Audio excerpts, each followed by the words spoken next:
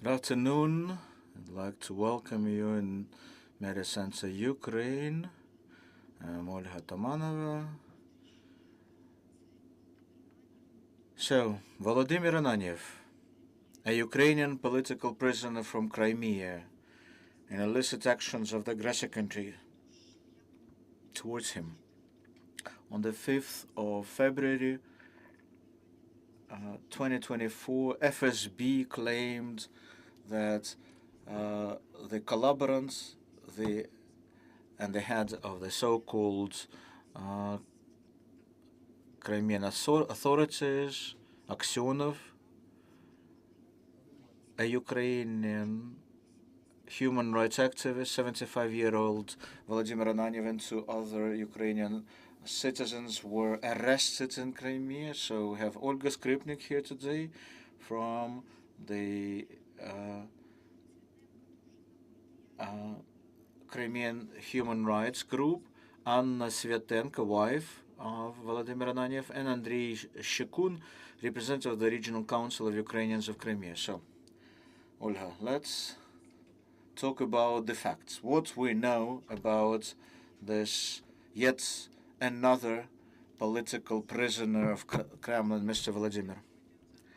Thank you, Video Center, for hosting us, but first and foremost, thank you, the Armed Forces of Ukraine, for yet another day of life, for your heroic fight, and for all the people in occupation who are not broken, who keep fighting. Volodymyr Ananiev is a political prisoner in Crimea. He is a well-known civic activist who was taking care of the problems and challenges of Crimean communities, and he stays unbroken even behind the bars in the Russian Federation. And now he's at the territory of Russia. Officially, the FSB stated that he was apprehended on the 5th of February 2024, but the apprehension happened earlier, the night from the 1st to the 2nd of February. These are illegal actions of Russia because for a couple of days he was in this incommunicado state. And apparently he was cursed. Violence was exercised against him, and that's what FSB is doing all the time. Two more people were apprehended, a man and a wife. It looks, according to the Russian investigators, that they were parts of one gang, but Volodymyr never talked to them before because they were seized at the newly occupied territories. The territories occupied after the full-fledged invasion in 2024. Volodymyr was kept in Simferopol until the 27th of February this year in the remand prison there, SIZO, and then Russia illegally transported him to the territory of the Russian Federation, which is another war crime of the Russian occupying force against the civilians at the occupied territories, because the trial, so-called trial, has started in Rostov, and that's where we believe he was brought to Rostov. His case would be heard by the Southern Military Courts of Russia, which is another violation of international law. Civilians could not be tried by the military courts, but most of the Crimean residents have been tried by the military courts in Russia. Initially, he was alleged to keep explosives, which were not found, but still, it does not prevent FSB from actually claiming that they did find the explosives, like in many other cases. But when Volodymyr refused to cooperate with the investigators, then they charged him with a terrorist allegation, which allows them to try him in Rostov, but then the sentence that awaits him is 10+ years. Soon enough, so-called prosecutor will announce the sentence that they will request from the so-called Russian court of law, of so-called law. And just imagine, he's 75 years of age. They long sentence is something that would become lethal for him, basically. And that's the reason why we want to draw attention of everyone to political prisoners, especially civilians, especially from Crimea. We know how few of them have been exchanged, and in most of the cases, Russian authorities do not even confirm their presence. But any peace negotiation should include the release of our civilians, and we want our partners to start with the civilians, especially those who are 60 plus years of age. Alina Dovgopola, she's 69, for instance. She was sentenced to 12 years in Russian colony, and there's huge risk for Volodymyr Ananiev now. So we have a huge number of our civilian hostages who are 60 plus years of age.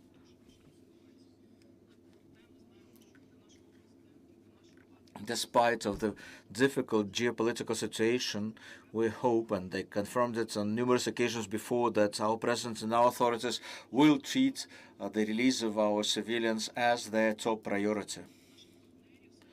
And two countries, Canada and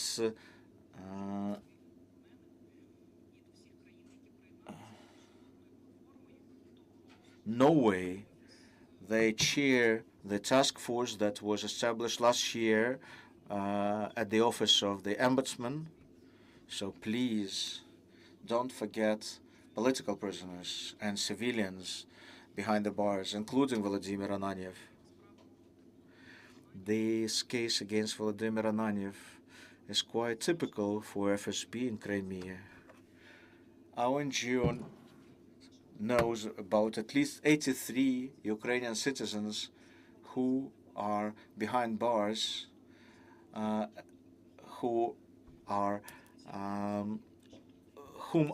incriminated such crimes as terrorism and explosions. But all in all, 250 political prisoners, not only Crimean Tatars, but journalists, even women, most of them kept at the territory of the Russian Federation. And Volodymyr Ananiev, if and when illegally sentenced, would be most likely brought to the distant colony to try and break him through isolation.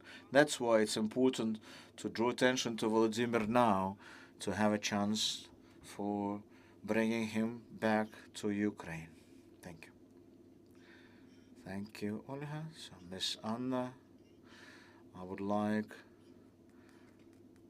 to ask you, have you managed to learn where he's staying now, how he's being treated, what's the status of his health?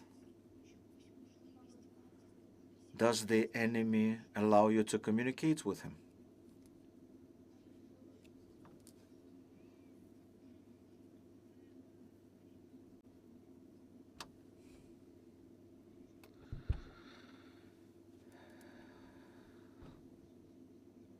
It's a bit more than a year that we are in the state of complete terror.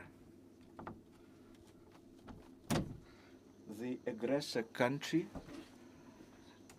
is not treating anyone humanely. So neither me nor my husband became the exception to this rule. When Volodymyr was apprehended, that was early hours of the 2nd of February. So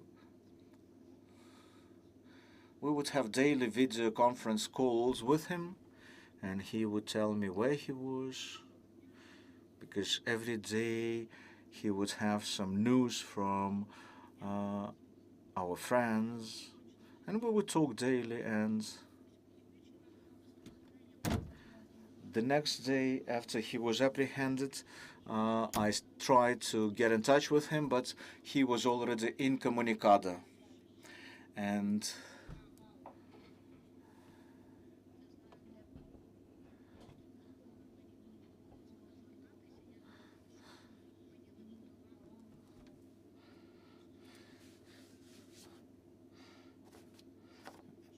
And then I didn't know whom to run to, how to get help. And thanks to Olha and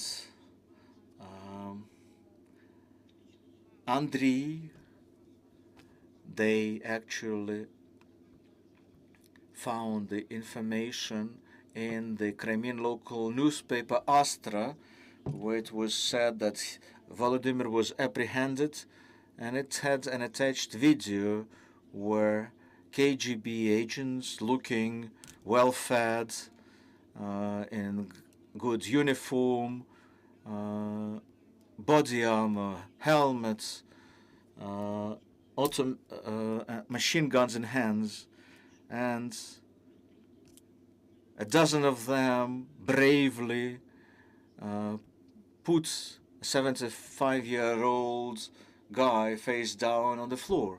And then an FSB agent shows something, and you don't know what it is, and then they claim that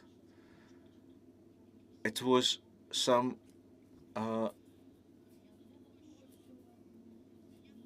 explosive device.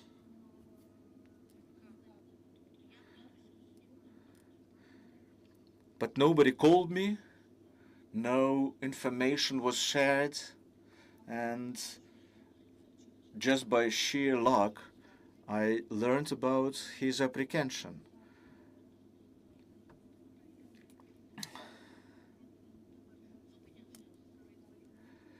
"20 days after the arrest, Volodymyr's friend, who was the host of Volodymyr in Crimea, and only on day 20 he wrote to me sharing this information with me. I don't want to incriminate anything to this kind man, but at least he told me that FSB apprehended my husband. And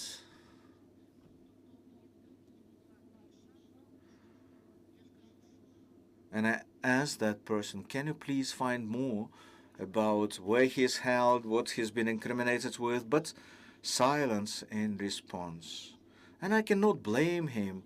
I can only imagine what terror the civilians go through, especially the hosts of those political prisoners that hosted them.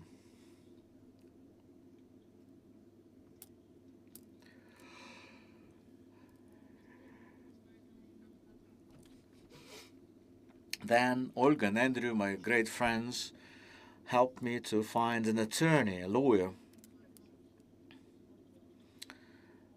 And we started getting some information from my husband through that lawyer.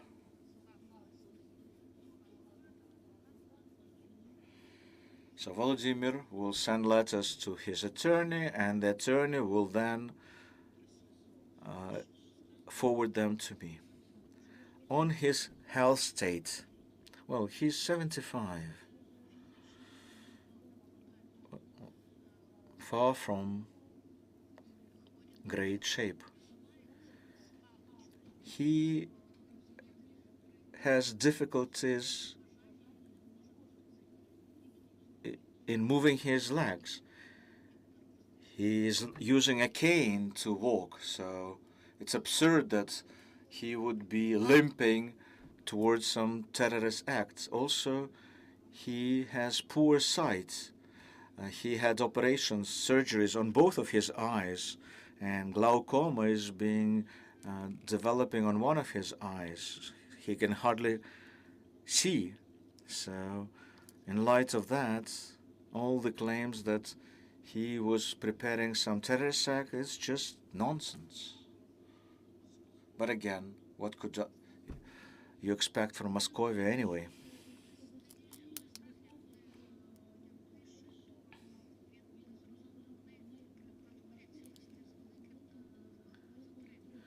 We are lucky to get his letters, but it takes ages for the letter to arrive, because when you look at the date, you can see that at least a week it takes the Russians to read through those letters, every single letter of every single word.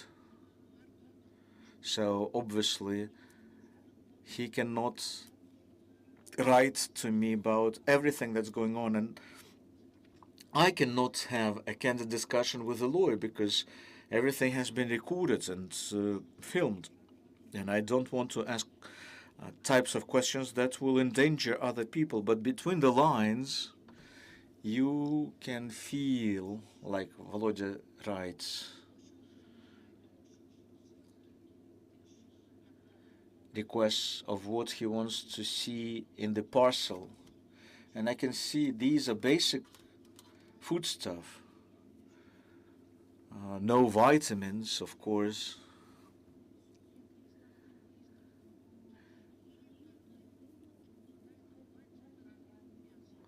So, like they have the porridge soup with 20 grams of meat per cellmate, and that causes constant illnesses among inmates. And like when he writes, well, now I'm feeling better, I recognize from that he was sick. And then he starts requesting some medicines. But again, your basic ones that he and I believe others are deprived of.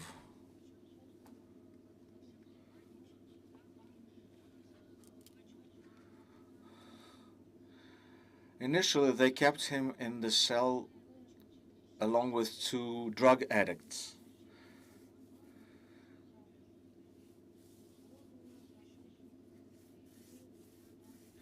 But then it looks like those two drug addicts decided to swap their prison sentence to fighting in the Russian army, and they were released and recruited. Then they expose the prisoners to listening to Russian TV propaganda, which is a torture in and of its own, on its own. Then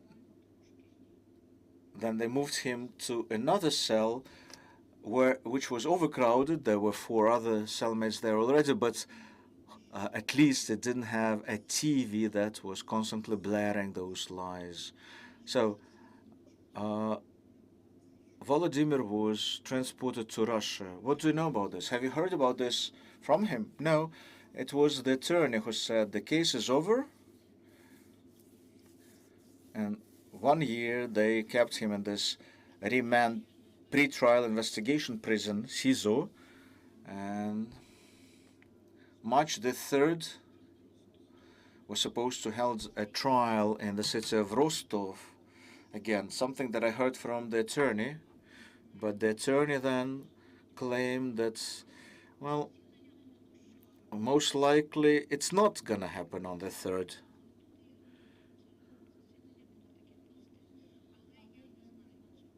But again, this is a hearsay only. I haven't talked to the attorney since then.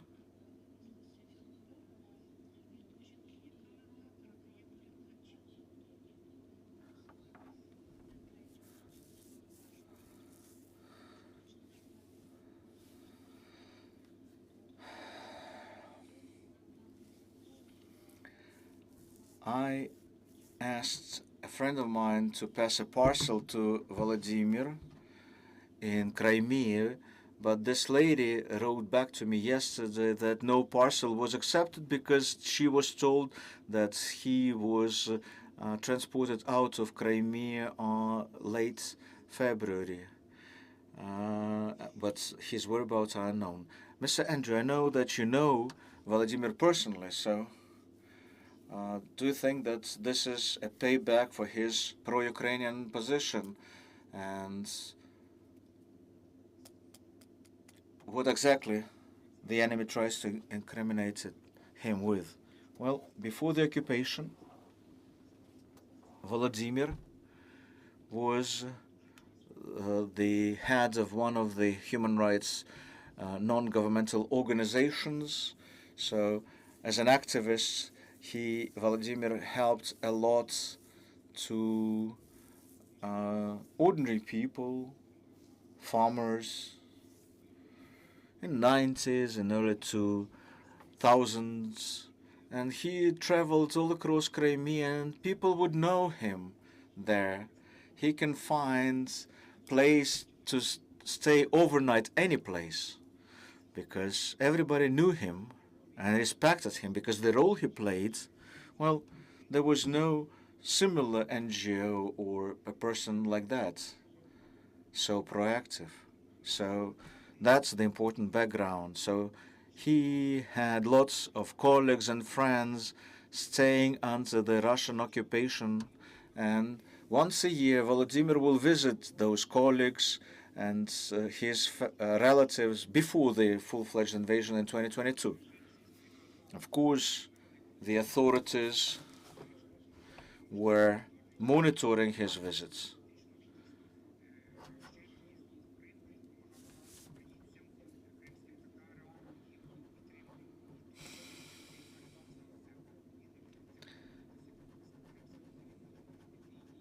So he was helping everyone, including especially the Crimean Tatars and the Ukrainian Orthodox Church and Metropolite Clementi. And it was important for the churchgoers and priests of the Ukrainian Orthodox Church to know that people support them. So he missed 2 years of visiting Crimea, but then in 2024, he was finally able to get through Kherson region to Crimea. And years 23 and 24 show the biggest statistics of Crimean Tatars arrested there in Crimea, apprehended there.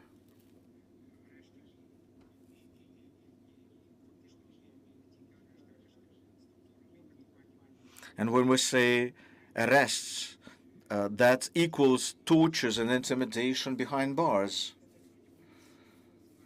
So that's persecution by nationality, by their citizenship, everything pro-Ukrainian, all the Ukrainian religious, cultural, and any other facets of life are being destroyed and ruined. And FSB keeps apprehending those who support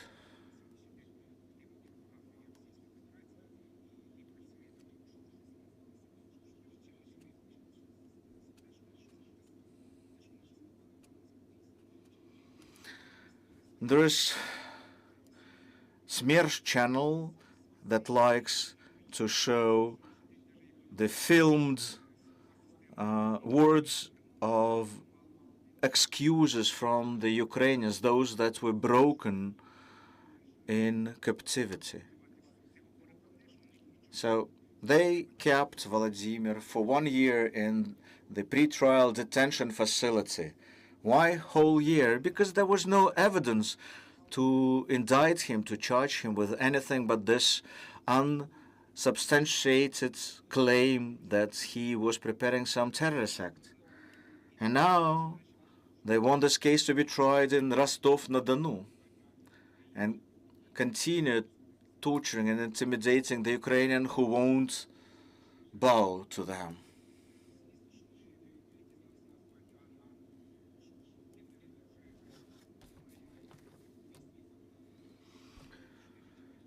When Anna told me that Volodymyr stays incommunicado for 5 days now, right? 4 or 5 days. That's with the help of Olha Skrypnyk, who specializes on defending political prisoners. We launched some efforts that at least allow us to know the timeline when and where he was apprehended, where he was brought afterwards, where he's now. So we'll keep fighting for him But also I would like to address the office of the president and those who are responsible for the exchange of POWs and civilians. Please prioritize people 60 plus years of age. Volodymyr and Olha from Crimea. This is the great message that I want to share with the authorities. So we don't know whether that trial actually happened already, but the charge is what? Preparation for terrorist acts? And how many years will it entail? Well, the Russian prosecutor has not indicted officially, but if we look at the previous precedents, that's 10 plus years. Galina Dovgopolova got 12 years. In December 24, Oksana Senjuk was sentenced, and she was sentenced for 15 years of age. So ladies, but no empathy towards them. So this sentence might be 10 plus years, 20 years. Crimean Tatars get 16, 17, 18 years behind bars.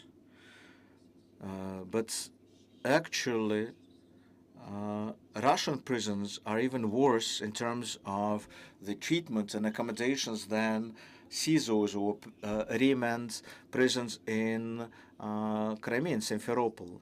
And then within those high security prisons, they're kept in special penalty cells and isolation. They are being transported in windowless vehicles with no food or water. And in transition, that's the worst time for the relatives, because you never know how long will the person will be in transit and which colony the person will end up in. Especially any news might come only after the initial quarantine time upon arrival to colonies. But again, staying in Russian prisons is detrimental to your health and ultimately your life. And people, senior people with health problems already, they are in the top risk category. And sorry, Anna, to hear that, but these people might not survive until the next prisoner swap. So we want our partners to help force the Russians to release our political prisoners, civilians. Military support is important, but Ukraine fights for all of our people, including those illegally imprisoned in Russia. So even sharing this information in the posts and on internet by ordinary Ukrainians is important, because we need to counter all this flood of propaganda that now is shared with Kremlin by the new hosts of the White House. The case of Volodymyr Ananiev shows that Ukraine will keep fighting until everyone, including Volodymyr Ananiev, are returned back home. We should not forget about not a single person. I would like to thank the human rights activists and all those who fight to release our political prisoners, all the POWs and civilians. And I agree with Olga. We can, each one of us, play an important role in bringing our compatriots back home. Thank you for being here. Of course, thank you, the Armed Forces of Ukraine, ZSU. And let's work together for our common victory. Glory to Ukraine. Glory to its heroes.